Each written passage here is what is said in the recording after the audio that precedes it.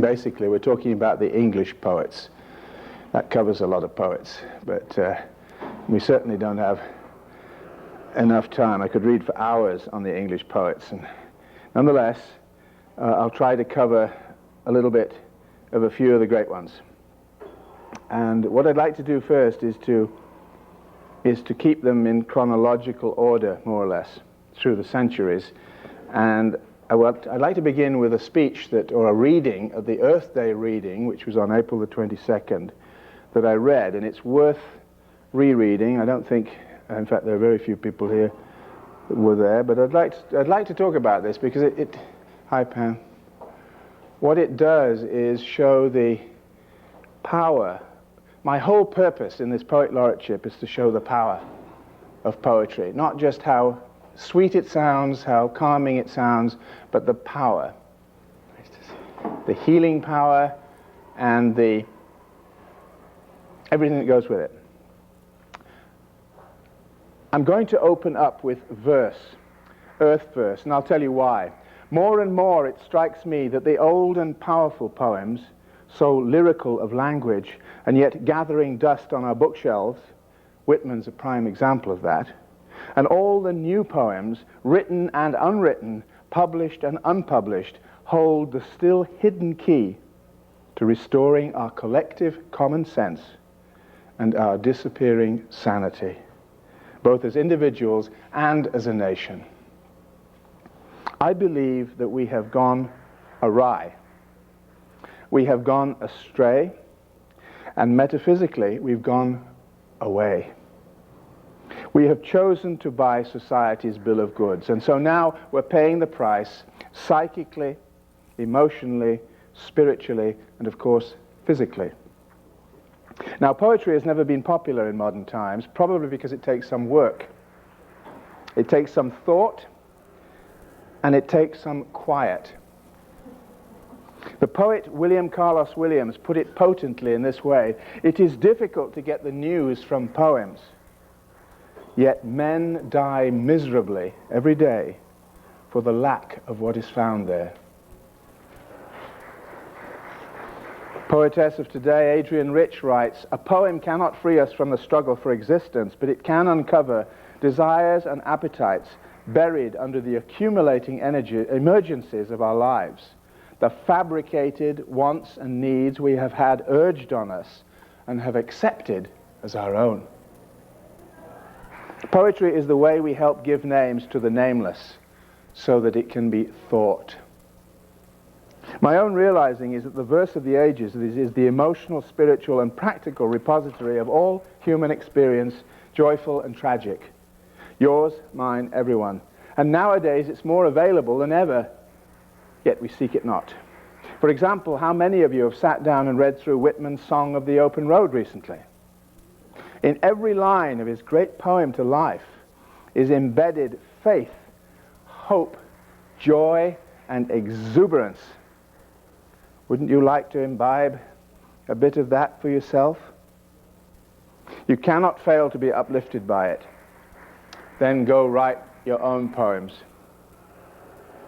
I'd like you to ponder on another strong statement by television's Bill Moyers. He said, "Poetry is subversive of those corrosive forces that have transformed our popular culture into really an enemy of humanity, an enemy of sensitivity, an enemy of empathy, and an enemy of compassion and insight."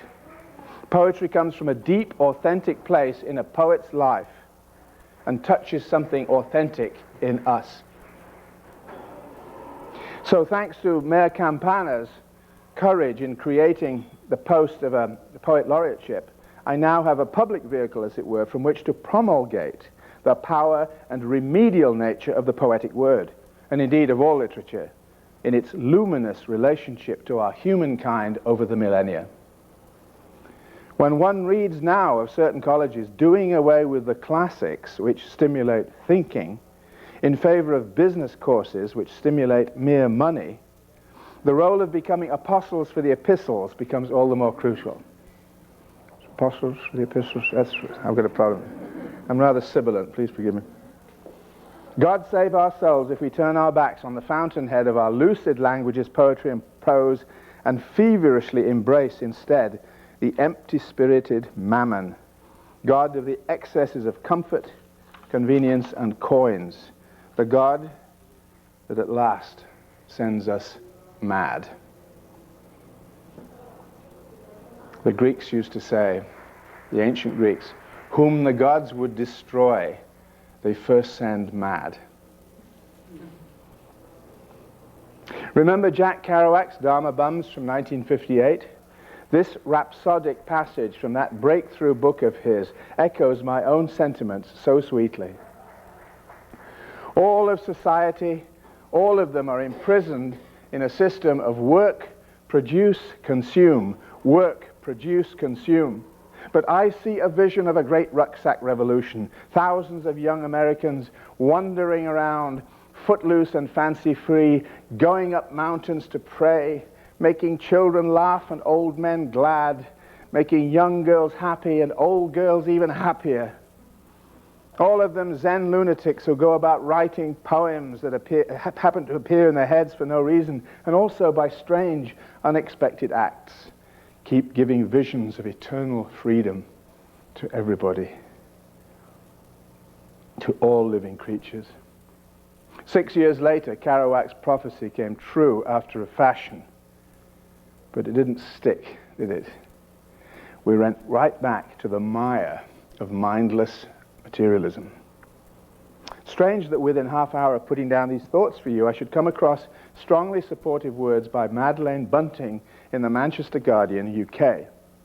She wrote, "What the chief eggheads in Downing Street, London need to worry about is a bifurcation of politics in the public realm and personal experience. In the former, the market is king. The economic growth is buoyant. The holy grail of modernization is efficiency, and the marker of progress is material wealth. But in millions of private worlds, people know that this serves a narrow interpretation of human well-being. They know that the kind of modernization cabinet ministers bang on about brings teachers, midwives, doctors, and social workers huge amounts of stress, damaging to their children and to the relationship with their partners. When the political system offers you so little for your happiness, it is no surprise you cannot be bothered to vote. The logical response is to retreat into your own private world for salvation and hope. You build your little paradise in the back garden and your own palace in the front room. What defines your life are your relationships, friends, children, partners, and experience, which can be the holiday in Greece, working out, a massage, a good meal, or some evening classes. Politicians may moan that this won't deliver a good turnout at the polls, but French sociologist Michael Mafasoli at the Sorbonne Center for the Study of Everyday Life takes an inspiringly optimistic view, seeing in it a reassertion of our humanity. He views this increasingly dramatic split between the public and the private in terms of classic mythology. For him, Prometheus is the bringer of order, rationality, productivity, which has always driven the industrial development of Europe. The mass mutiny against this, the searching for a life experience of spontaneity, playfulness, and intensity, is symbolized by Dionysus, the Greek god of play, orgies, ecstasies, and pleasures in the here and now. Mafasoli has a point. Most of us are caught in the battle between Prometheus and Dionysus, still obedient foot soldiers for corporate capitalism. But what makes our life meaningful lies largely outside the workplace, where we forage in a less mechanistic way. Our great writing free spirits of the past, D.H. Lawrence, Aldous Huxley, Hesse, Henry Miller, and so on, have been warning us of this mechanistic madness for years, of course. But we've liked our stuff too much to want to listen to them and act. Let D.H. Lawrence's words, written 75 years ago, have the final say. For man and woman, as for bird, beast, and flower. The supreme triumph is to be most vividly, most perfectly alive in the flesh. The real evil is to deny life, to become mechanical, to be robots with robot feelings. What it boils down to is the fabricated and the calculated as against the free and unmanipulated. Only when a man recognizes his own individual self will he be free. And this, my favorite line of all Lawrence, all I want of you, men and women, all I want of you is that you shall achieve your own beauty as the flowers do.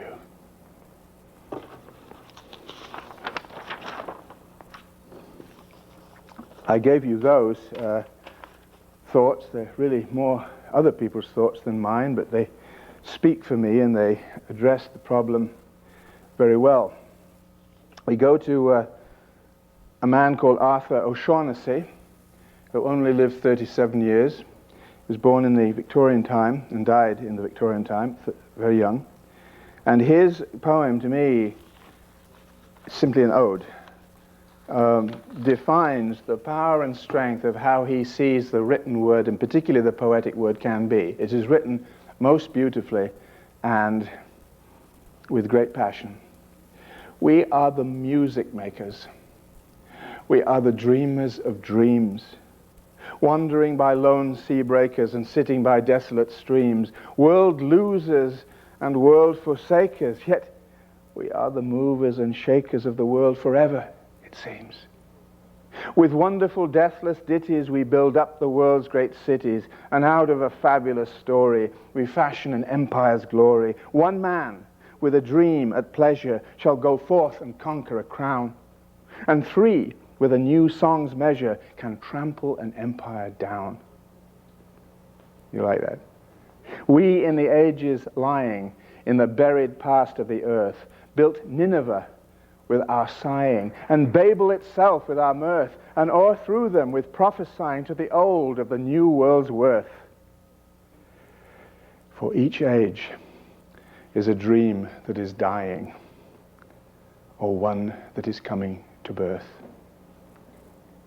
I have copies of that over there on the table because I think it's such a wonderful poem and I'd like to share it. Is applause permitted? Because some readers do not love applause because it disturbs them. Oh, no, it's fine. In a sense, it's very nice of you, but it takes up time. Yeah, but it comes from the. I think your smile enough was applause. Okay, was sufficient applause. Thank you. I didn't really start off with this in idea, but this is a poem that certainly Carl's heard of before, and it's particularly apropos because I just came back from 9 days of solo, desert solo, which I've been doing for years. I didn't see a soul on my solo, and I had a wonderful time, and you can't imagine what it's like to be sitting with your own time and not have any responsibility for anybody except yourself. It's almost indecent, the pleasure that one derives from it once you get the fear of solitude out of the way. I think Jason will agree to that. But I had 3 wonderful encounters with rattlesnakes. It was very important to me. I'm going to England in a few days, a couple of weeks. It was terribly important to me that I saw a rattlesnake before I left for England. I mean, that sounds very strange indeed. But of course, all the other cultures realized the great power of the rattlesnake. In fact, they were revered in so many cultures, particularly Yaqui culture, and indeed all of them. So it was just very important to me to do that. And so nature not only gave me 1, which I hadn't seen one so far this year, but 3. And they were all very wonderful. It's hard to describe this, but they were extremely mellow and friendly encounters. They had no fear. The snake wasn't bothered about me, and I wasn't bothered about it, and it was just very good to see it. So I thought I'd read you D.H. Lawrence's great poem, Snake, which is one of his best-known poems. Unfortunately, Lawrence didn't have enough snakes around in his life to get to that stage of thinking how nice and interesting they are. He tended to... So when he found one in Sicily, this is what happened to him. He was an Englishman where there's a viper or two, if you're lucky, you know, a grass snake, that's about it. Although I do know a fellow on the Yorkshire moors who sat down on the heather and got bitten by a viper, an adder, which must have been an extremely interesting experience. But they like the moors, the adders. A snake came to my water trough on a hot, hot day, and I in pajamas for the heat to drink there. In the deep, strange scented shade of the great dark carob tree, I came down the steps with my pitcher and must stand and wait, for there he was at the trough before me. He reached down from a fissure in the earth wall in the gloom and trailed his yellow-brown slackness soft-bellied down over the edge of the stone trough and rested his throat upon the stone bottom, and where the water had dripped from the tap in a small clearness, he sipped with his straight mouth, softly drank through his straight gums into his slack, long body, silently. Someone was before me at my water trough, and I like a second comer waiting. He lifted his head from his drinking as cattle do. He looked at me vaguely as drinking cattle do, and flickered his two-forked tongue from his lips and mused a moment, and stooped and drank a little more, being earth-brown, earth-golden from the burning bowels of the earth on the day of Sicilian July with Etna smoking. The voice of my education said to me, he must be killed. For in Sicily the black snakes are innocent and the gold are venomous. And voices in me said, if you were a man, you would take a stick and break him now and finish him off. But must I confess how I liked him? How glad I was he had come like a guest in quiet to drink at my water trough and depart peaceful, pacified, and thankless into the burning bowels of this earth. Was it cowardice that I dared not kill him? Was it perversity that I longed to talk to him? Was it humility to feel so honored? I felt so honored. And yet those voices, if you were not afraid, you would kill him. And truly I was afraid. I was most afraid, but even so, honored still more that he should seek my hospitality from out the dark door of the secret earth. He drank enough and lifted his head dreamily as one who is drunken and flickered his tongue like a forked knight on the air, so black, seeming to lick his lips, and looked around like a god, unseeing, into the air, and slowly turned his head, and slowly, very slowly, as if thrice a dream, proceeded to draw his slow length curving round and climb again the broken bank of my wall face. And as he put his head in that dreadful hole, and as he slowly drew up, snake easing his shoulders and entered farther, a sort of horror, a sort of protest against his withdrawing into that horrid black hole, deliberately going into the blackness and slowly drawing himself afterwards, overcame me now his back was turned. I looked around, I put down my pitcher, I picked up a clumsy log and threw it at the water trough with a clatter. I think it did not hit him. But suddenly that part of him that was left behind, convulsed in undignified haste, writhed like lightning and was gone into the black hole, the earth-lipped fissure in the wall front, at which, in the intense still noon, I stared with fascination. And immediately I regretted it. I thought, how paltry, how vulgar, what a mean act. I despised myself and the voices of my accursed human education. And I thought of the albatross, and I wished he would come back, my snake. For he seemed to me again like a king in exile, uncrowned in the underworld, now due to be crowned again. And so I missed my chance with one of the lords of life. And I have something to expiate, a pettiness. What makes that poem magnificent, apart from its style, is that he doesn't take the "I love snaky poos" bit, or the "I hate all snakes." He goes through the very human attitude to snakes that have been around since the Garden of Eden. So, and yet comes, his nobility comes into play at the end, his realization of what he's done.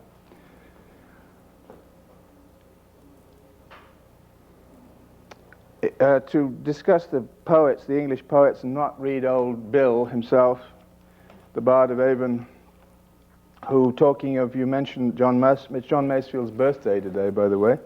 I must go down to the seas again, the lonely sea in the sky. Shakespeare was born and died on the same day. Did you know that? April the 23rd he was born and he died on that day, which must be quite unusual.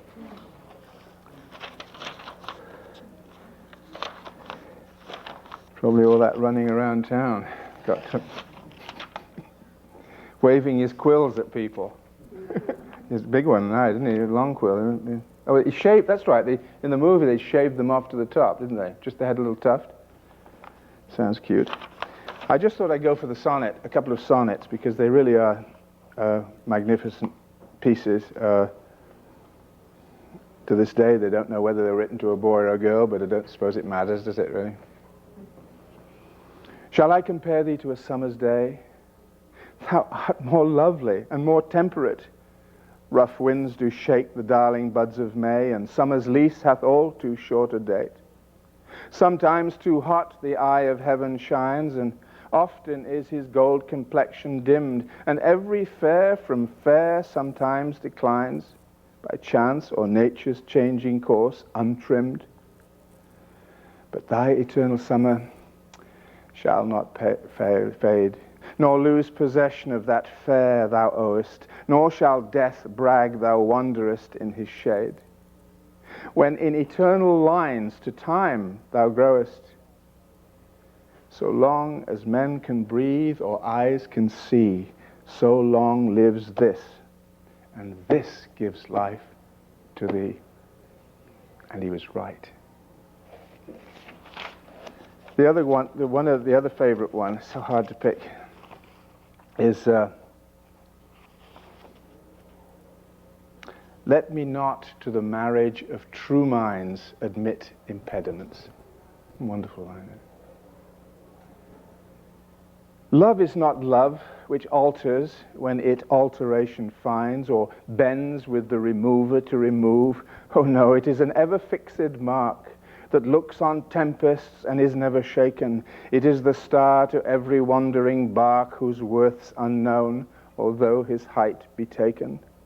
Love's not time's fool, though rosy lips and cheeks within his bending sickle's compass come. Love alters not with his brief hours and weeks, but bears it out even to the edge of doom. If this be error, and upon me proved, I never writ, and no man ever loved. Good stuff.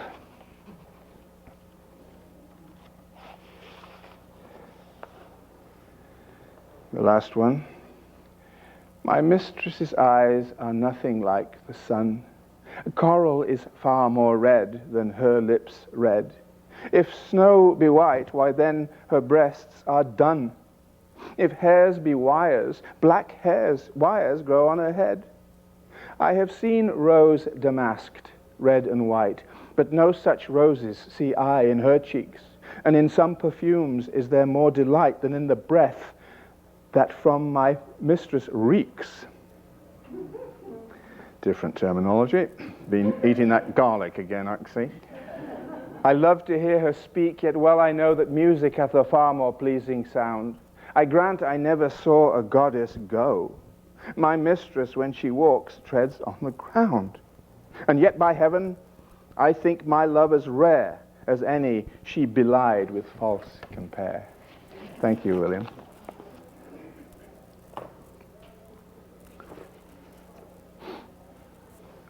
One of the great, it's turning into a Valentine's reading, this, isn't it? Sorry about that, Mark. I didn't offend you or anything like that. Did you know you're sitting next to Mr. Stewart? Huh? Watch him. Watch out, Dick, watch out for him. He's a bit devious. Andrew Marvell to his coy mistress. I think this is a wonderful poem.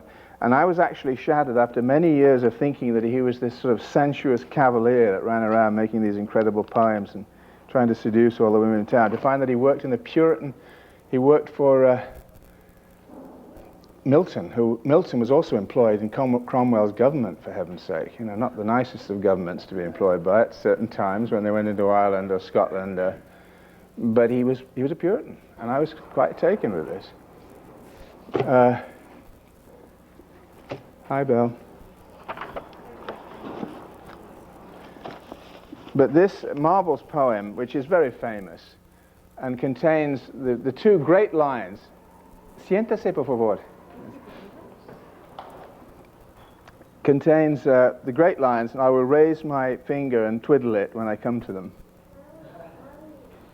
So he's saying to his girlfriend, you know, this coyness, I mean, you know, time is against us, so why you, I won't go into it. Had we but world enough and time, this coyness, lady, were no crime. We would sit down and think which way to walk and pass our long love's day. Thou by the Indian Ganges side shouldst rubies find. I by the tide of Humber river would complain. I would love you 10 years before the flood. And you should, if you please, refuse till the conversion of the Jews. My vegetable love should grow vaster than empires and more slow. 100 years should go to praise thine eyes, and on thy forehead gaze. 200 to adore each breast, but 30,000 to the rest. An age at least to every part. And the last age should show your heart. For lady, you deserve this state, nor would I love at lower rate.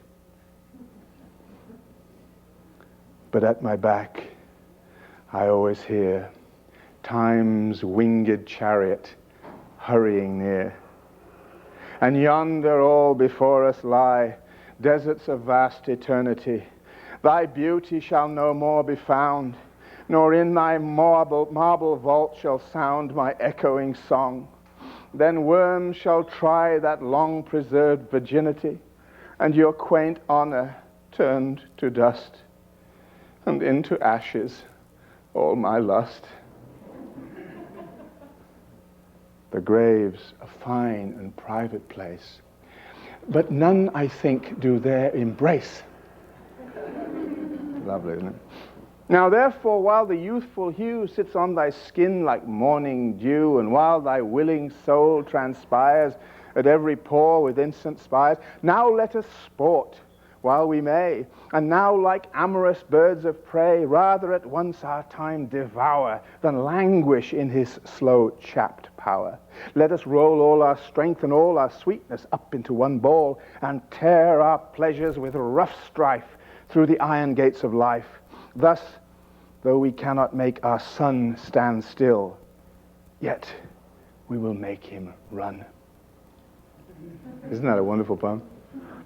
That from a Puritan, no less. Shocking, isn't it, Mark? Terrible what these fellows do. It's all repressed, you see, that's the problem. They don't know what to do with it. They just have to write strange and weird poems like that. Oh, is it going to appear in Penthouse? That'll be a great distinction for the poem, I'm sure. They don't have to pay anybody because the copyrights run out, isn't it? William Blake, 1757 to 1827. Great visionary, Blake. Marvelous ability to see the society around him as few writers have had. I think we were just talking about George Orwell today. There are certain, Thomas Wolfe, I'm into Wolfe, by the way, American writer, but there are certain writers that really see what's going on, and when they write, they're putting so much truth out that people just can't take it. We cannot take truth, basically. That's the sad business of the whole. You know, none of us individually or collectively can deal with what's really happening. I'd like to give you just a bit of. He wrote his great poems were songs of innocence and experience. classic Blake poems, and basically had half of them were innocence and the others were experience. And he predicated the idea that we start off innocent, eventually experience, we get into experience embitters us for the most part, hardens us, if you will, and then essentially we're done for unless we can come through experience and regain the innocent. His whole point is that it's possible to go through it all and reclaim the innocence at the end, which is greater than that of childhood because it is tempered by experience. This is Blake's whole thing. This is one from sweetest little poem. I mean, he starts off with, this is Infant Joy from Songs of Innocence. I have no name. I am but 2 days old. What shall I call thee? I happy am. Joy is my name. Sweet joy befall thee. What a nice way to end a letter. Sweet joy befall thee. Pretty joy. Sweet joy, but 2 days old. Sweet joy I call thee. Thou dost smile. I sing the while. Sweet joy befall thee. Then he moves into... He was a very strange child. Strange, that's the wrong word. It's an implication is wrong. He said when he was a child that God pressed his face to the window and looked at him one day. And he had these amazing visions, and they all thought he was mad. When he grew up, that immediately, you're written off as mad. But he couldn't have written with such clarity, I don't think, if he was that mad. His other wonderful line is, and I've quoted this just the other day, joy and woe are woven fine, a clothing for the soul divine. Under every grief and pine runs a joy with silken twine. And I think everybody can relate to this, that out of the worst possible things that have happened in their life, I certainly can, some things have emerged that would not have else emerged because of it. The joy, the hidden joy, comes out. He was a great believer in that. His other great line was, which I tried to apply to my own life, I must create a system or be enslaved by another man's. Now there's a thought for you. Put up on the mirror in the morning. And finally, off the top of my head, the idea that we always want to hold on to that which we love or we like or we've had, and we don't want to lose it and so forth. But he says, he who binds to himself a joy does the winged life destroy. And he who kisses the joy as it flies lives in eternity's sunrise. Great, but very difficult to do. But he's right. The moment you had it, you were given it, and it's gone. Hard to do that. Let's see.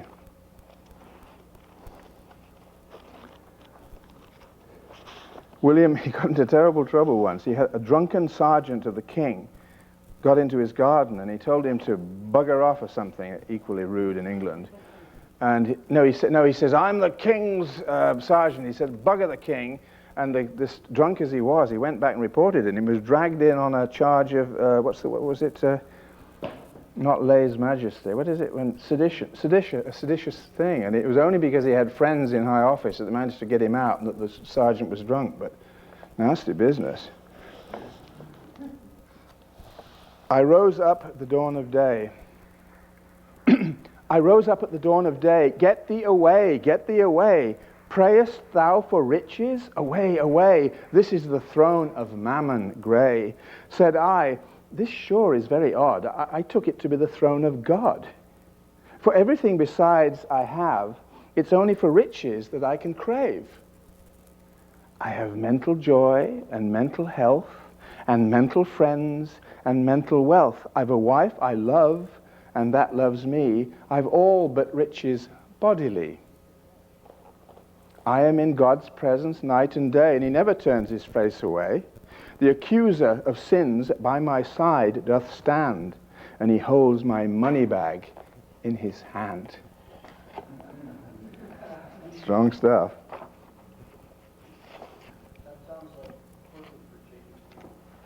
Does it?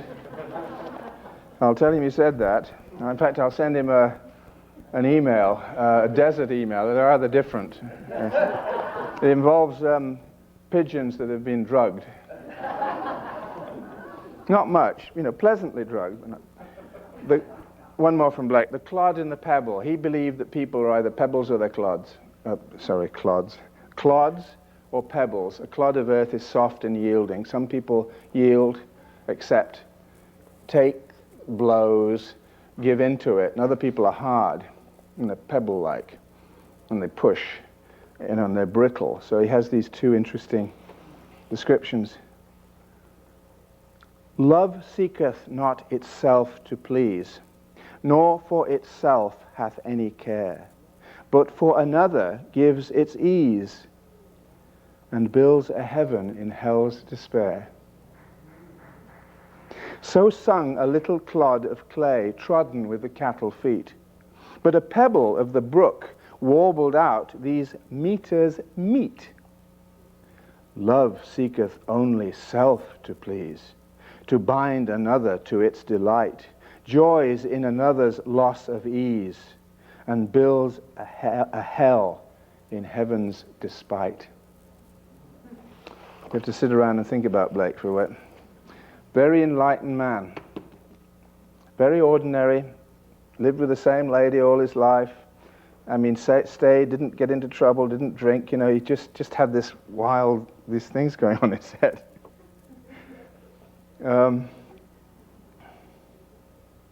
Wordsworth. I love Wordsworth, of course.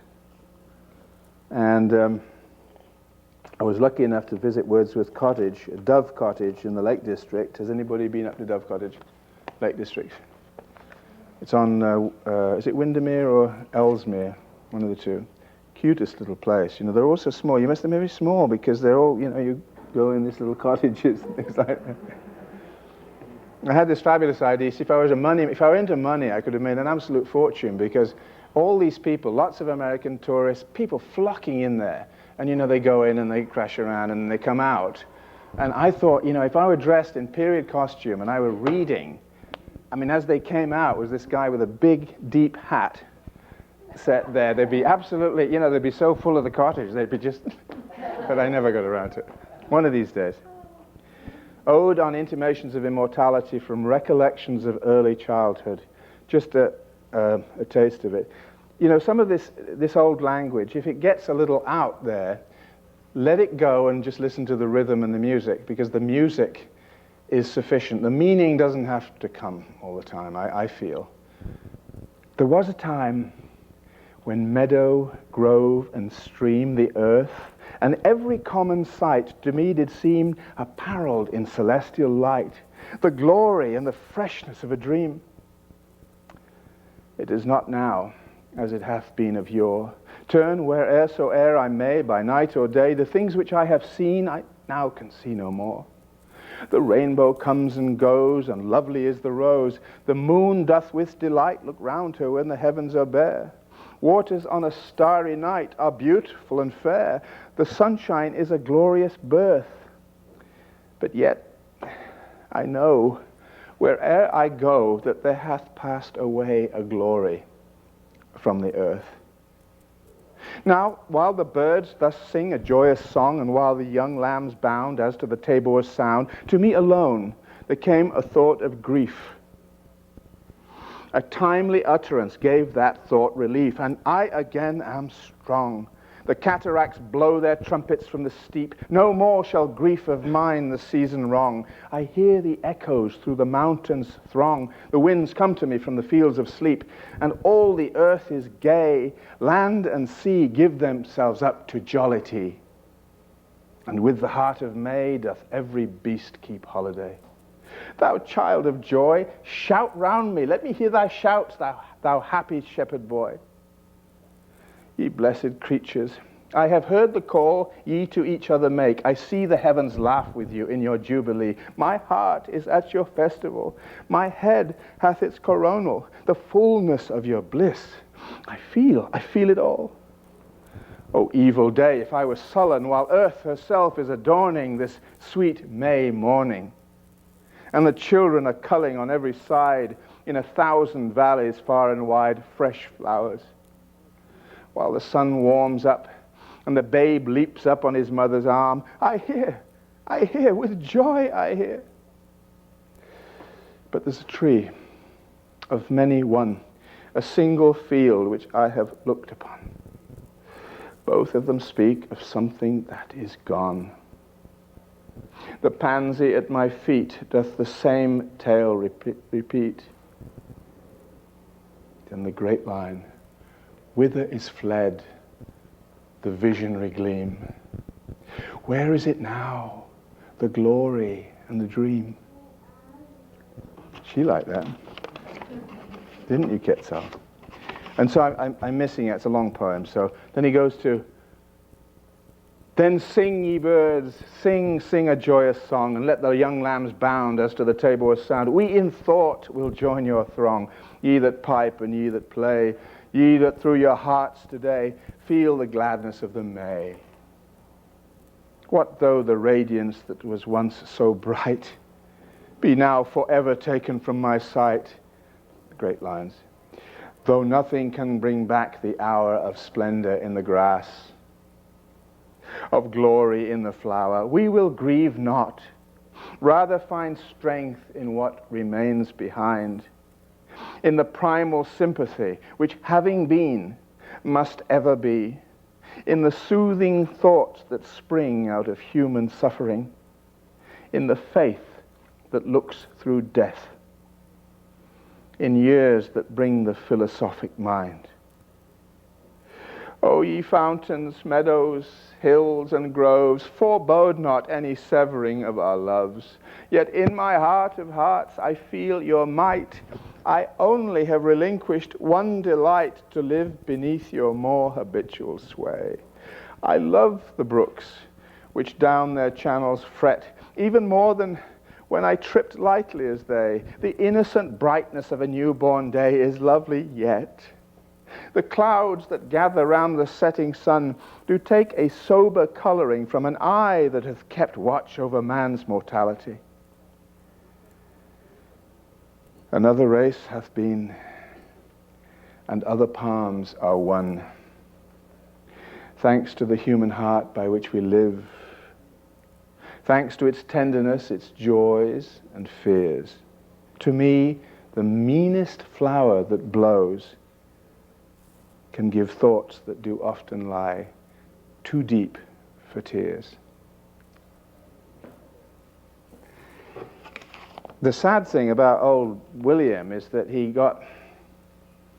started off full of the French Revolution, and that got nasty, so understandably pulled out of that, but he got more and more crusty and more entrenched in his old ways, and eventually he lived a long time, which is fatal for a poet, especially if you've written well, it is, if you've written good stuff like Tintin Abbey up to about 35, and you keep on living. I mean, Keats and Shelley, they did their noble thing, drowned, and Byron went out and, well, he loved himself to death, I think, really did. But, and yet, so you've got this wonderfully sort of youthful thought, but he went on, and although he was poet laureate, he was made poet laureate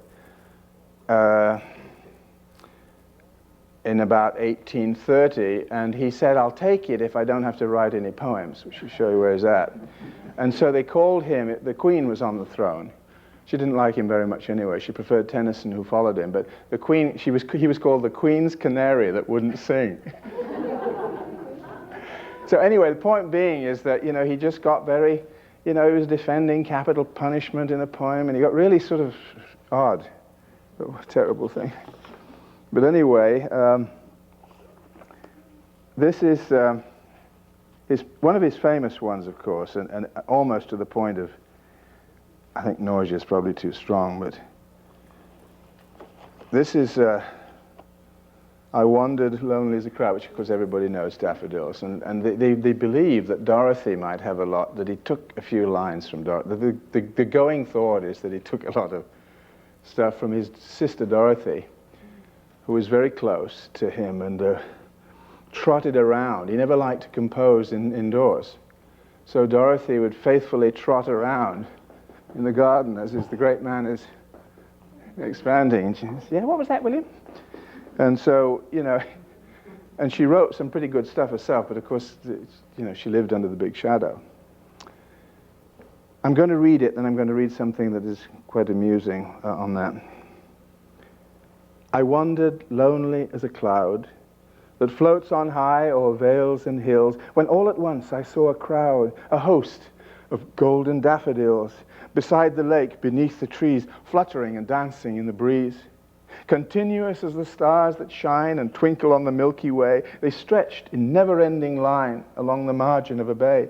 10,000 saw I at a glance, tossing their heads in sprightly dance. The waves beside them danced, but they outdid the sparkling waves in glee. A poet could not but be gay in such jocund company. I gaze and gaze, but little thought what wealth the show to me had brought. For oft, when on my couch I lie, in vacant or in pensive mood, they flash upon that inward eye, which is the bliss of solitude. And then my heart with pleasure fills and dances with the daffodils.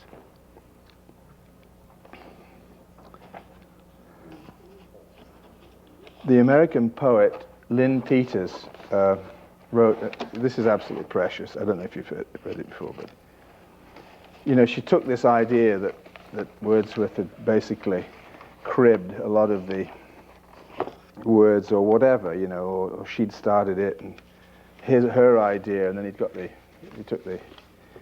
So she wrote a poem called Why Dorothy Wordsworth is Not as Famous as Her Brother. Did I read this one before? So here we have Dorothy trying to get this poem going, right? She's in the house, and she's really concentrating. I wandered lonely as a... they're in the top drawer, William, under your socks. I wandered lonely as a... No, not that one, the top one. I wandered by myself? Well, we're the ones you can find. No, don't get overwrought, my dear. I'm coming. I'm sure a few wives can relate to this. I was out one day, wandering, lonely as a cloud, when soft-boiled egg? Yes, my dear. And as usual, 3 minutes. As a cloud, when all of a sudden, look, I said I'll cook it. Just hold on with you. All right, I'm coming. One day, I was out for a walk when I saw this flock. It can't be too hard. It only had 3 minutes. Well, put some butter on it. This host of golden daffodils as I was out for a stroll. Oh, you fancy a stroll, do you? Yes, all right, William, I'm coming. It's on the peg under your hat. I'll bring my notepad, shall I, in case you want to jot something down. It's very clever, that. Isn't that cute? Well, he had a great friendship with Coleridge, but Coleridge was heavy into opium and things like that, and I think it was a bit too much for old William after a while. But they did publish a book together called Lyrical Ballads, and some good stuff came out of it. See, I don't use these. Tennyson took over from Wordsworth in 1850 when he died as the Poet Laureate. Now, unlike Wordsworth, Tennyson really put out. And Tennyson was one of those interesting men that get more and more creative as they get older, instead of addled. And he did all sorts of stuff, the Charge of the Light Brigade, and many Ulysses was written during that, and the Queen loved him. So he was well in with the Queen. And she never stopped reading Tennyson, couldn't read enough. And he was, certainly a great poet, but he was from a privileged background. He never really got out much. He was more or less stayed in and around and lived a long life. When he was offered a peerage, he refused it at first and finally accepted it in later life. And but this was his 1854 was the Crimean War, where another of these stupid sort of wars, you know, that have no meaning. God, they still go on to this day, don't they? That really have no base to them. And the Russian Crimea and England was, what the hell was England doing down in the Russian Crimea? And it was a terrible, bloody war and awful people. The charge of the Light Brigade was, of course, we all know the story of that. Another folly, but heroic in a trad sort of way. Half a league, this is what he wrote to celebrate it. Half a league, half a league, half a league onward, all in the valley of death rode the 600. Forward the Light Brigade, charge for the guns, he said. Into the valley of death rode the 600. Forward the Light Brigade. Was there a man dismayed? Not though the soldier knew someone had blundered. Theirs not to make reply, theirs not to reason why, theirs but to do and die. Into the valley of death rode the 600. Cannon to right of them, cannon to left of them, cannon in front of them, volleyed and thundered, stormed at with shot and shell. Boldly they rode and well into the jaws of death, into the mouth of hell rode the 600. Flashed all their sabres bare, flashed as they turned in air, sabring the gunners there, charging an army while all the world wondered, plunged in the battery smoke, right through the line they broke. Cossack and Russian reeled from the sabre stroke, shattered and sundered. Then they rode back, but not the 600. Cannon to right of them, cannon to left of them, cannon behind them, volleyed and thundered, stormed at with shot and shell, while horse and hero fell. They that had fought so well came through the jaws of death, back from the mouth of hell. All that was left of them, left of 600.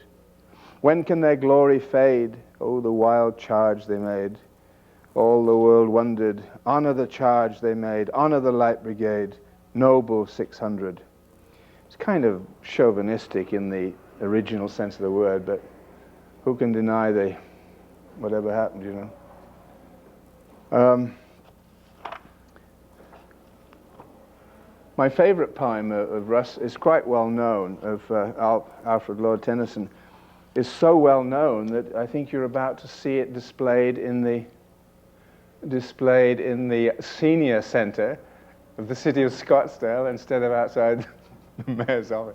No, actually I did a plaque. The end part of this is basically, in a nutshell, Ulysses is saying, I'm old, but I've still got one more go in me, and I'm fed up with hanging around, doing not much, ruling this barbaric people. Let's go, you know, mariners, do it, let's do it one more time, and what the hell? Which reminds me of John Bierce, the American writer who at the age of 70, the short story writer, has anybody read any Bierce? Ambrose Bierce at the age of 70 threw all his books, I don't know whether it was in the lake or whatever, but in a grand symbolic gesture at a press conference, and disappeared and went down to Mexico, and he was never seen again. They think he got in with Pancho Villa, and you know, who knows what happens, but it was kind of that, I suppose, that Ulyssean gesture, you might say, or madness. It little profits that an idle king by this still hearth among these barren crags, matched with an aged wife, I meet and dole unequal laws unto a savage race, that hoard and sleep and feed and know not me. I cannot rest from travel. I will drink life to the lees. All times I have enjoyed greatly, have suffered greatly, both with those that loved me and alone. On shore and when through the scudding drifts, the rainy Hyades vexed the dim sea. I am become a name, for always roaming with a hungry heart.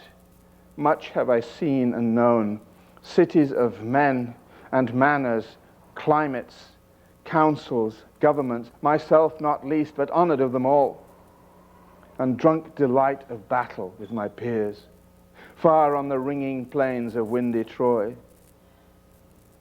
I am a part of all that I have met. Yet all experience is an arch, where through gleams that untraveled world, whose margin fades forever and forever when I move. How dull it is to pause, to make an end, to rust unburnished, not to shine in use, as though to breathe were life. Life piled on life were all too little, and of one to me little remains. But every hour is saved from that eternal silence, something more, a bringer of new things, and vile it were, for some 3 suns to store and hoard myself, and this grey spirit yearning in desire to follow knowledge like a sinking star beyond the utmost bound of human thought. This is my son, my own Telemachus, to whom I leave the scepter and the isle. Well loved of me, discerning to fulfill this labor by slow prudence, to make mild a rugged people, and through soft degrees subdue them to the useful and the good. Most blameless is he, centered in the sphere of common duties, decent not to fail in offices of tenderness, and pay meet adoration to my household gods when I am gone. He works his work, I work mine. There lies the port. The vessel puffs her sail. There gloom the dark, broad seas. My mariners, souls that have toiled and wrought and thought with me, that ever with a frolic welcome took the thunder and the sunshine and opposed free hearts, free foreheads. You and I are old. Old age hath yet his honor and his toil. Death closes all, but something ere the end, some work of noble note may yet be done. Not unbecoming men that strove with gods. The lights begin to twinkle from the rocks. The long day wanes. The slow moon climbs. The deep moans round with many voices. Come, my friends, 'tis not too late to seek a newer world. Push off, and sitting well in order, smite the sounding furrows, for my purpose holds to sail beyond the sunset and the baths of all the western stars until I die. It may be that the gulfs will wash us down. It may be that we shall touch the happy isles and see the great Achilles whom we knew. Though much is taken, much abides, and though we are not now that strength which in old days moved earth and heaven, that which we are, we are. One equal temper of heroic hearts, made weak by time and faith, but strong in will to strive, to seek, to find, and not to yield. Isn't that a great poem? Thank you. Thank you.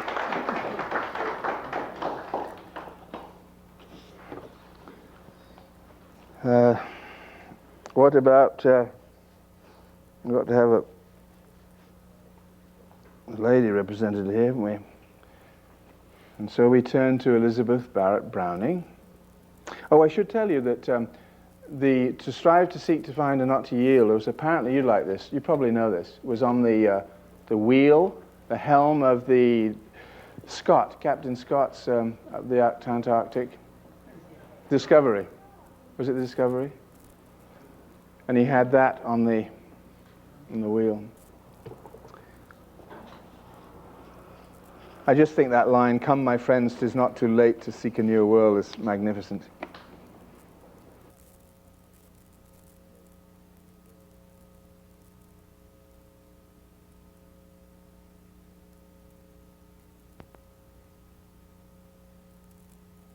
Dedicated, his Raven was dedicated to Elizabeth Barrett Browning out of his great respect for her. Isn't that interesting? You never find out these little things.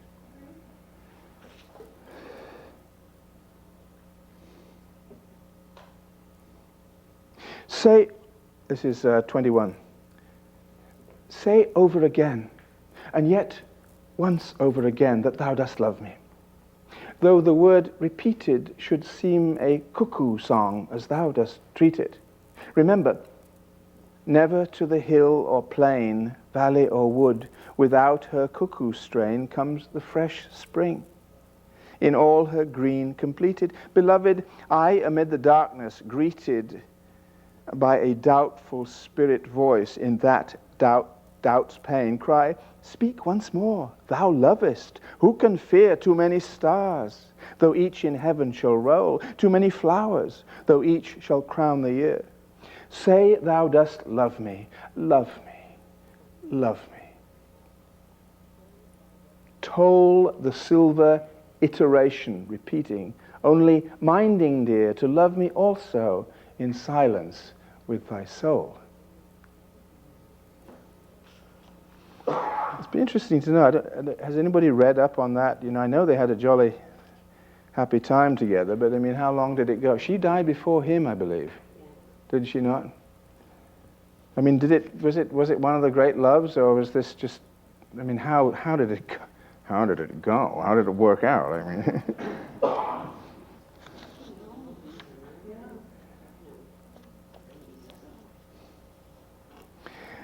I think of thee. My thoughts do twine and bud about thee, as wild vines about a tree put out broad leaves, and soon there's naught to see, except the straggling green which hides the wood. Yet, O my palm tree, be it understood, I will not have my thoughts instead of thee, who art dearer, better. Rather, instantly renew thy presence, as a strong tree should. Rustle thy boughs, and set thy trunk all bare. She's getting rather sensuous for a Victorian writer.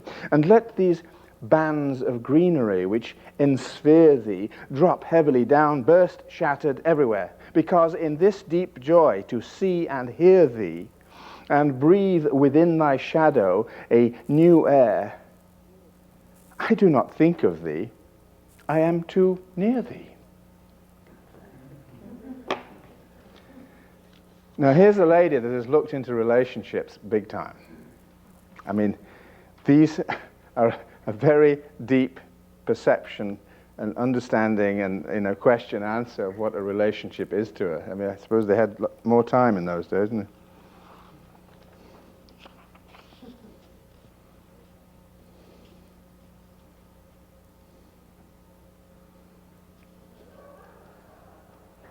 I really shouldn't be, with all this other good stuff, I shouldn't be reading the How Do I Love Thee, but I know you want it.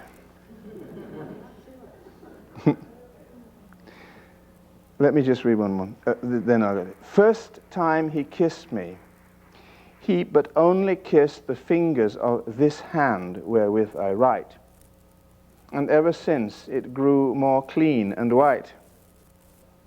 Slow to world greetings, quick with its listen, when the angels speak, a ring of amethyst I could not wear here, plainer to my sight than that first kiss. The second passed in height, the first and sought the forehead and half missed. Half falling on the hair, beyond mead. Oh, beyond mead, M-E-E-E-D, sorry about that one. There was the chrism of love, which love's own crown, with sanctifying sweetness, did precede. The third upon my lips was folded down in perfect purple state, since when indeed I have been proud and said, my love, my own. As with authors of that time, sometimes they get a bit dense. You know, it gets a bit convoluted, the language. How do I love thee? Let me count the ways. I love thee to the depth and breadth and height my soul can reach when feeling out of sight for the ends of being and ideal grace. I love thee to the level of every day's most quiet need, by sun and candlelight. I love thee freely as most men strive for right. I love thee purely as they turn from praise. I love thee with the passion put to use in my old griefs and with my childhood's faith. I love thee with a love I seemed to lose with my lost saints. I love thee with the breath, smiles, tears of all my life. And if God shall choose, I shall but love thee better after death. So you've got some good reading there if you want to dig. My hope is, of course, my great hope in these readings is that you all rush off and get a book or some books and dig in. See, there's just tastes, little bit of taste. And I couldn't read a poetess without reading Emily and Charlotte Bronte. They are, of course, Yorkshire women, so they're from the same county as I. And I don't know, has any of you ever visited their home in Haworth in Yorkshire? Nobody? It's an amazing experience because it's the same building that they lived in, and there are all these little rooms, and you imagine they're going to come in any minute. Writing tables and things. And they're very respectful. They don't let people flock in. They only let 10 in at a time, even if it's raining outside. They won't people flock in there. So, but anyway, this is an interesting little book. The first effort to be published, they had to publish under men's names. Such was the times. And they chose the name Currer, Charlotte, Ellis, Emily, and Acton, Anne Bell, B-E-L, but not B. Isn't that great? And they, amazing. They're just amazing people in those times. They self-published them 1,000 copies. Must have cost them something. In 2 years, they'd only sold 29 copies. And I thought I had a problem with Trek. 29 copies, and it didn't faze them a bit. You would think it'd be crushed. That would be terribly crushed if that happened, right? Kill your confidence. They said, oh, well, let's try novels. So Emily just dashed off Wuthering Heights, and Jane dashed off Jane Eyre. Charlotte dashed off Jane Eyre, and Anne Wildfell Hall. And, it was amazing, really. So this little book, they're all good little poems. They tend to be gloomy. There's that gloom that comes from that weather up on the Yorkshire moors, I suppose. And they didn't have the sunshine we have. And, they think about death a lot. And they died young. None of them made it to 40. Think of this as a tragedy. Unimaginable now. The father outlived all of them. 6 kids. And the wife. The man outlived his entire family. If you can imagine anything more appalling than that. But even that, he was a minister. Somehow that didn't, I think they were much more resigned to that. There was a resignation that we certainly don't have now. We're not into resignation, no way. No way, Jose. So the great story about Charlotte, when she immediately was successful, and Jane Eyre was very sort of racy in a sense. It was different, a woman standing up for her own rights, and they soon found out who she was. The pseudonym didn't last for very long. And she was invited by William Makepeace Thackeray, Vanity Fair fame. He was the darling of the Literary Society in London, to come down there. And she said, I will, if you don't make a deal about it. If you promise not to do it. Oh, no, we won't do that. So he invited her to dinner one night. And the SOB invited every person he could think of in London. And they brought her into this house. And suddenly the doors were flung open. And it was full of people. And he said, ladies and gentlemen, Jane Eyre. And she turned on her heel and went back to Yorkshire and never went back to London again. Didn't put up with it. Just a little bit...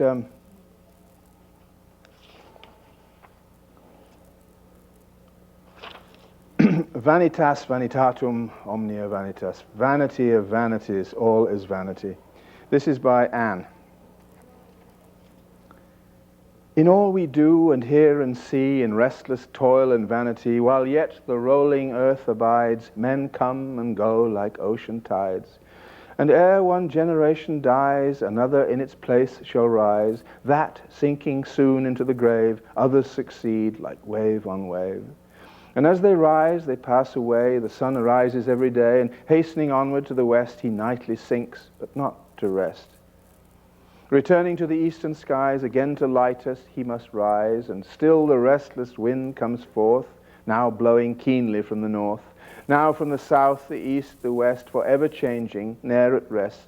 The fountains, gushing from the hills, supply the ever-running rills. The thirsty rivers drink their store and bear it rolling to the shore, but still the ocean craves for more. 'Tis endless labor everywhere. Sound cannot satisfy the ear. Light cannot fill the craving eye, nor riches half our wants supply. Pleasure but doubles future pain, and joy brings sorrow in her train. Laughter is mad and reckless mirth. What does she in this weary earth? Should wealth or fame or our life employ? Death comes, our labor to destroy, to snatch the untasted cup away, for which we toil so many day. What then remains for wretched man? To use life's comforts while he can. She gets a bit more upbeat now, you'll be glad to hear. Enjoy the blessings heaven bestows, assist his friends, forgive his foes. Trust God and keep his statutes still, upright and firm through good and ill. Thankful for all that God has given, fixing his firmest hopes on heaven, knowing that earthly joys decay, but hoping through the darkest day. I think Anne, that was with an E, Mrs. Chatfield, Anne died the first, I think. She was the first to go. And you know, the record of the death, even the deaths are sort of tremendous. I mean, Emily just went right through it without a problem, and Anne, I think they're all sick, all TB or whatever.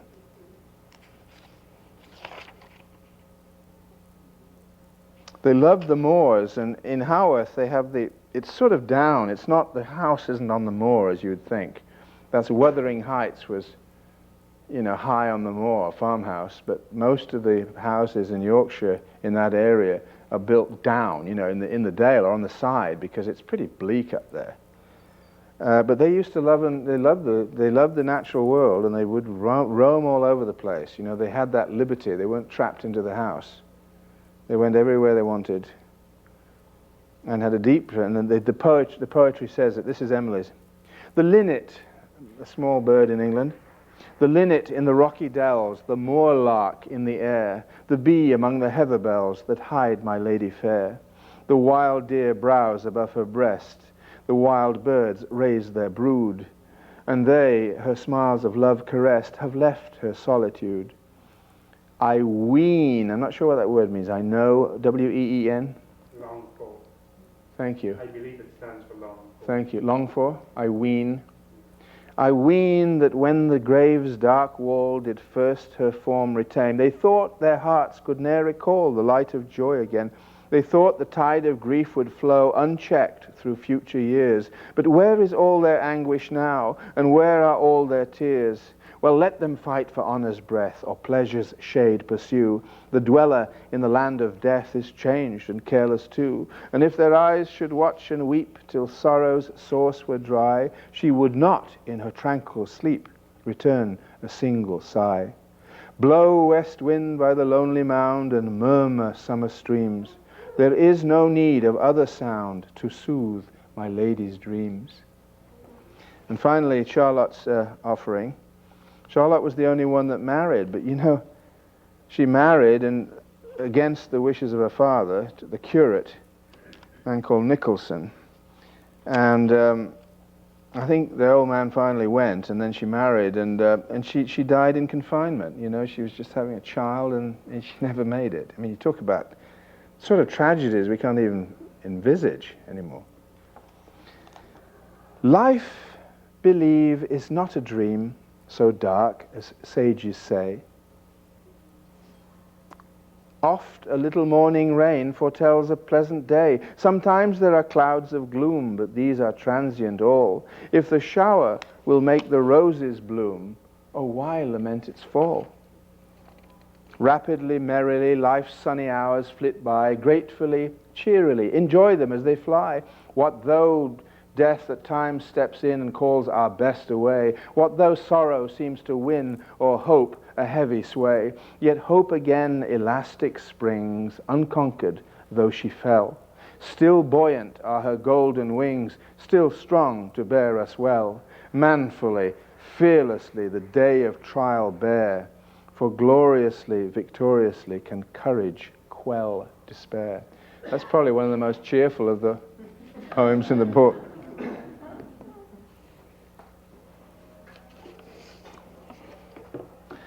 I've reflected on this a lot. You see three women that really hardly stepped outside the area. Charlotte went to Brussels and learnt some French there, came back to teach it. But, generally speaking, they just didn't go anywhere. And they produced these novels, and it makes you wonder if one of the advantages of a sort of constrained women's existence in those days was the fact that you had a lot of time to develop the inner self.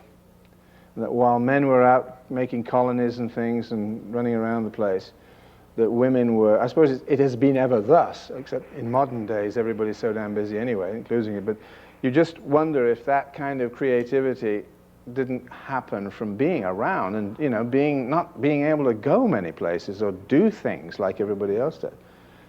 Would you say that makes sense?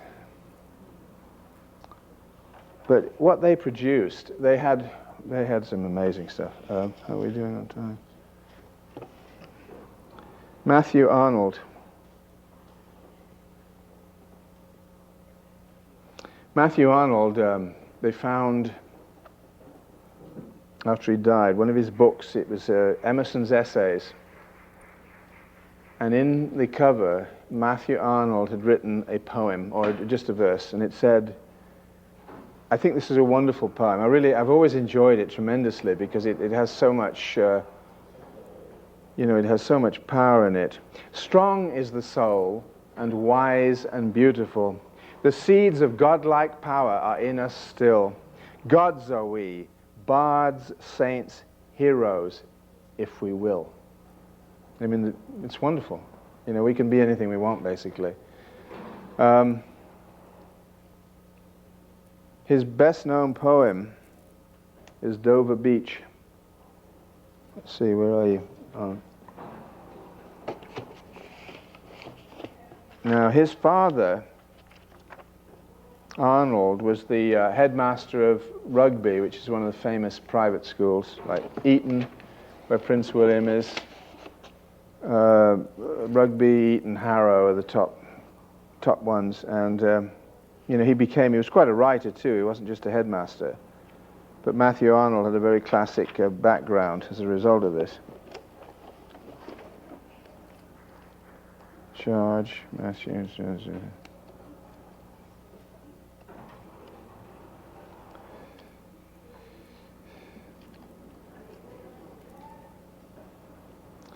Oh, I thought I'd lost him, excuse me. 352. I'm sure that as I read these, some of these poems ring a few bells. Usually what we retain is lines. Come, my friends, 'tis not too late to seek a new. I mean, somewhere in the mind we drag something up from childhood that we remembered. I grew up fortunate enough to be ordered to learn poetry and recite it. And I think it's wonderful that apparently kids are not asked to do that anymore. Why, I don't know, because as a mental exercise, it's excellent. And it's also rather nice, or at least it was, to be able to, drop a felicitous quote now and again. It livens up your conversation and show off a bit, now and again. Dover Beach, this was written in 1867. How nice that this is an old book. Everyone has the date when the poem was written. How helpful that is sometimes to get an idea of what was happening historically. The sea is calm tonight. The tide is full. The moon lies fair upon the straits. On the French coast, the light gleams and is gone. The cliffs of England stand glimmering and vast out in the tranquil bay. Come to the window. Sweet is the night air. Only from the long line of spray where the ebb meets the moon-blanched sand. Listen, you hear the grating roar of pebbles which the waves suck back and fling at their return upon the high strand, begin and cease, and then again begin with tremulous cadence slow, and bring the eternal note of sadness in. Sophocles long ago heard it on the Aegean, and it brought into his mind the turbid ebb and flow of human misery. We find also in the sound a thought, hearing it by this distant northern sea. The sea of faith was once too at the full, and round earth's shore lay like the folds of a bright girdle furled. But now I only hear its melancholy, long, withdrawing roar, retreating to the breath of the night wind down the vast edges drear and naked shingles of the world. Love, let us be true to one another, for the world which seems to lie before us like a land of dreams, so various, so beautiful, so new, hath really neither joy nor love nor light, nor certitude nor peace, nor help for pain, and we are here as on a darkling plain, swept with confused alarms of struggle and flight, where ignorant armies clash by night. Incredible stuff.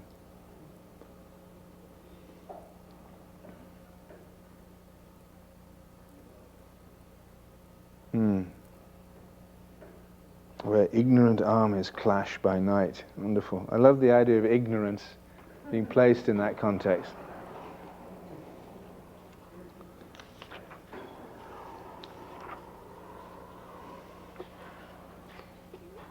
I've got to watch out now. I don't want to get in trouble. Last time I went too late. I went too long and got into trouble with the janitor. I got carried away, and I. He's all right tonight. One of my favorites, and I know there's a lady in the audience, enjoys this one, has heard it not so long ago. Rudyard Kipling. Can you guess? Mandalay. You know, Kipling was, of course, the colonial poet of the empire, and shamelessly so. And, apparently a very strange man. You know, they brought some books out now, and not a very nice, you know, they all turn out to be that way. Cecil Rhodes, oh God, you know, hovering on the edge of homosexuality. Well, that's public, you know, it's English public school. It produces them, I should know. By the old Moulmein Pagoda, looking westward to the sea, there's a Burma girl a-sitting, and I know she thinks of me. For the wind is in the palm trees, and the temple bells they say, "Come you back, you British soldier, come you back to Mandalay. Come you back to Mandalay, where the old flotilla lay. Can't you hear their paddles chunking from Rangoon to Mandalay? On the road to Mandalay, where the flying fishes play, and the dawn comes up like thunder out of China across the bay.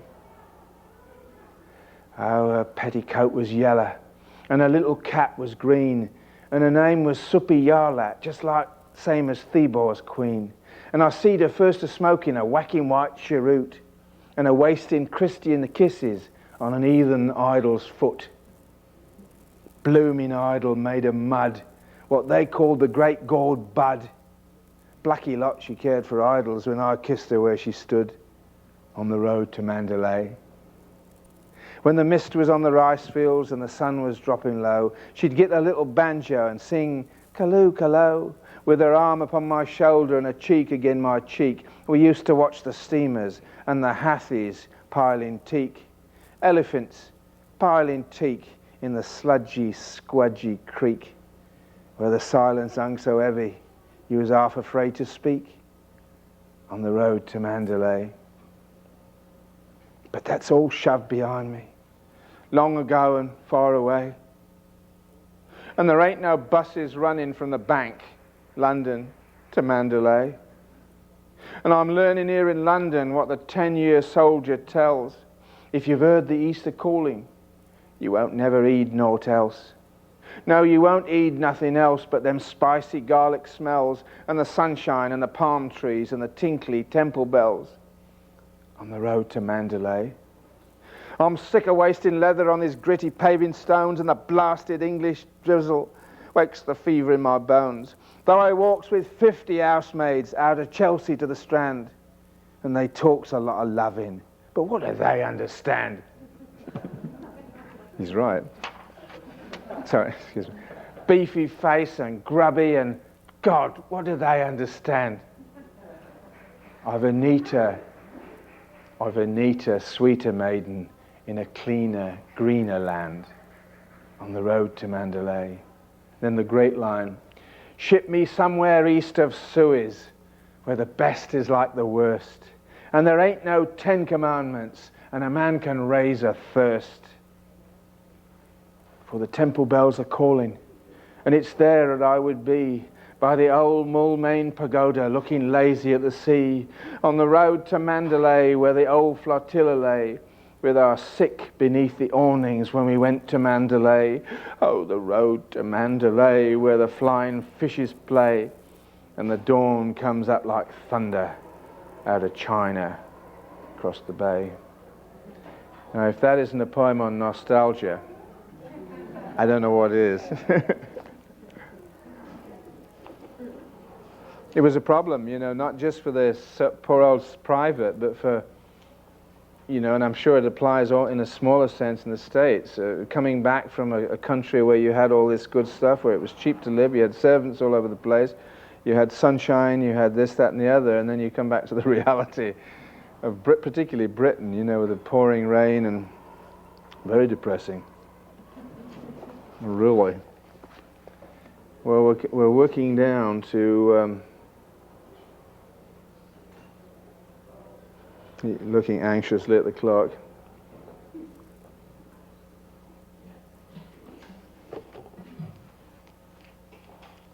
There's one that I'd like to end with by Francis Thompson. I read this at hello, he's lurking around there now.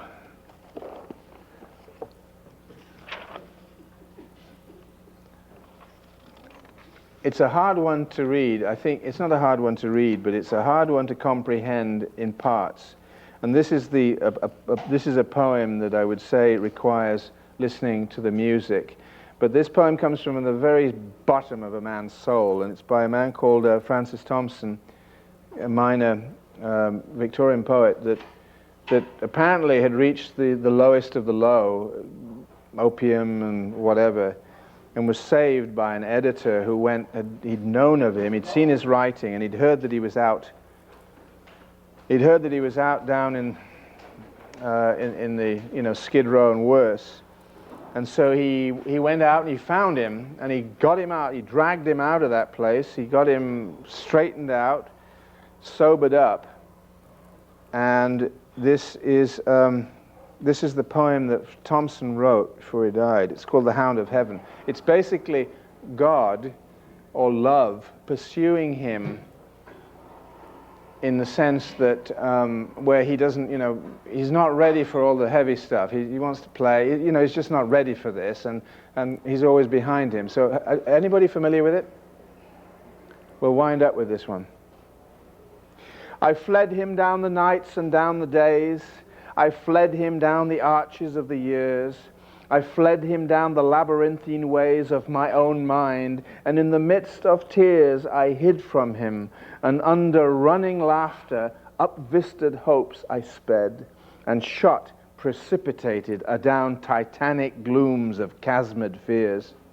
From those strong feet that followed after, but with unhurrying chase, an unperturbed pace, deliberate speed, majestic instancy they beat, and a voice beat more instant than the feet.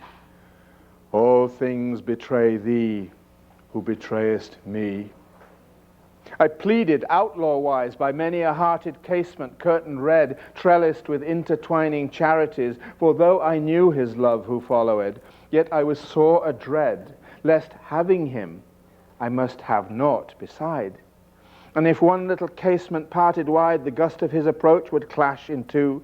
Fear wist not to evade, as love wist knew to pursue.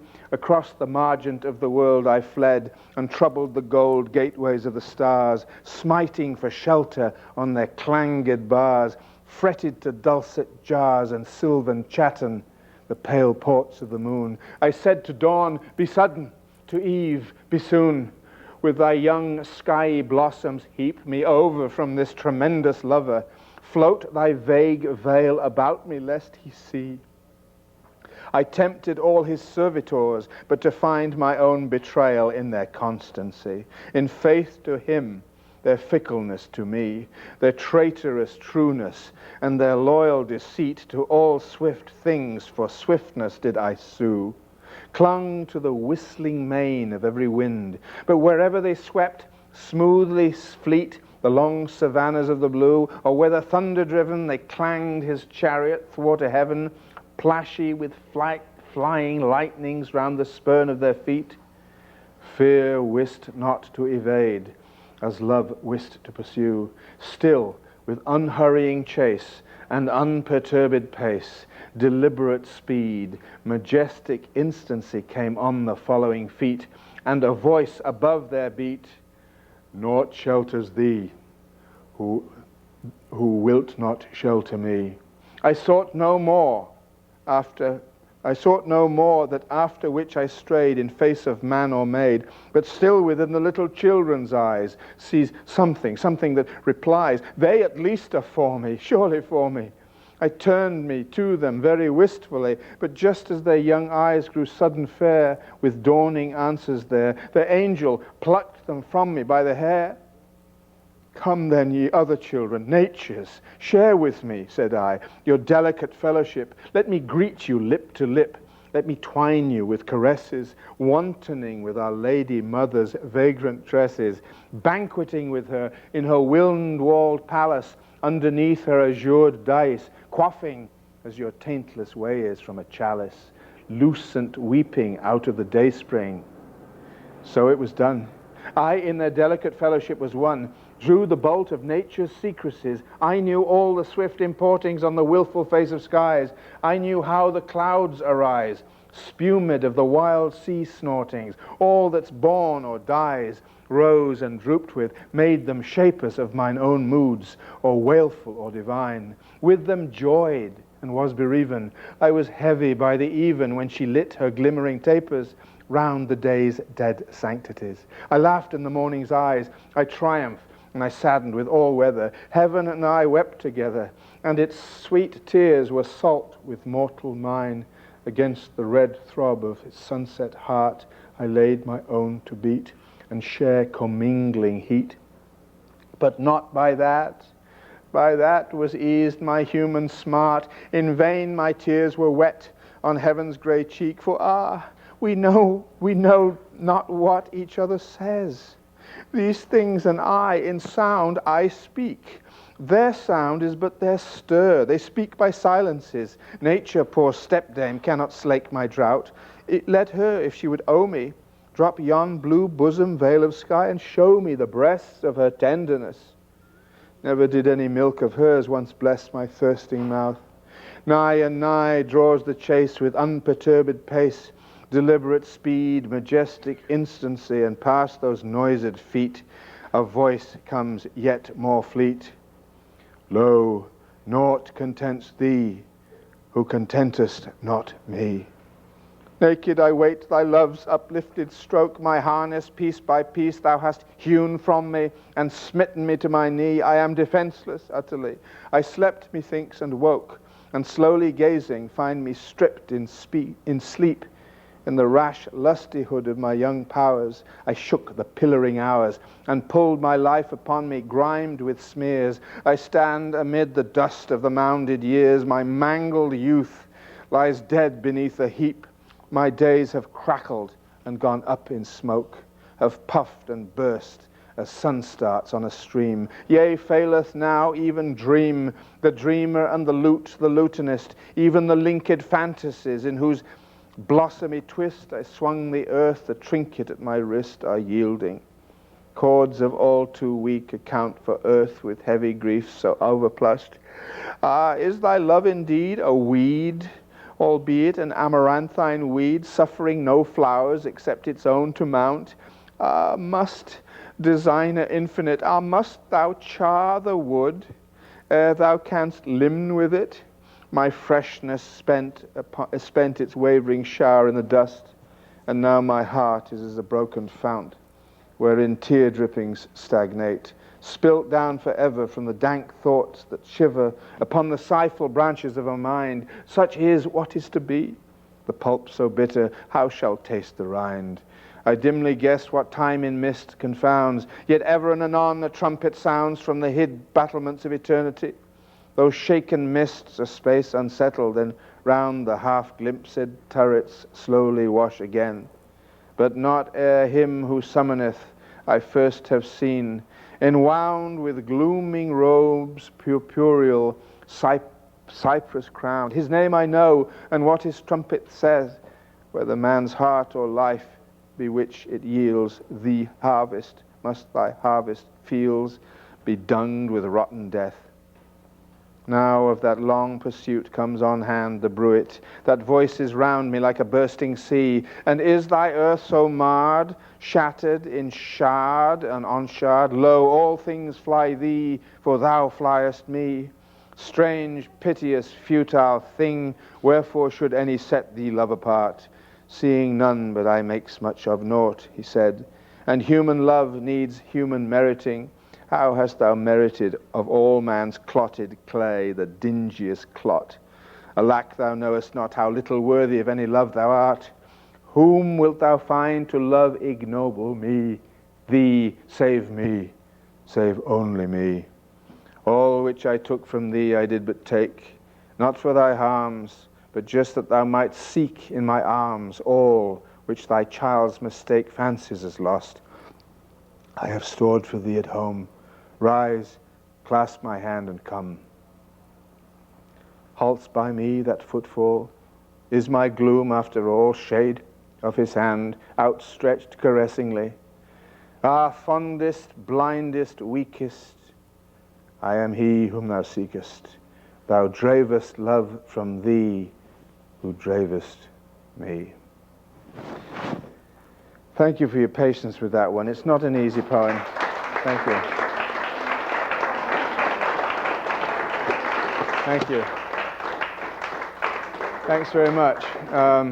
I think we can quietly wind up then, without me being kicked out again.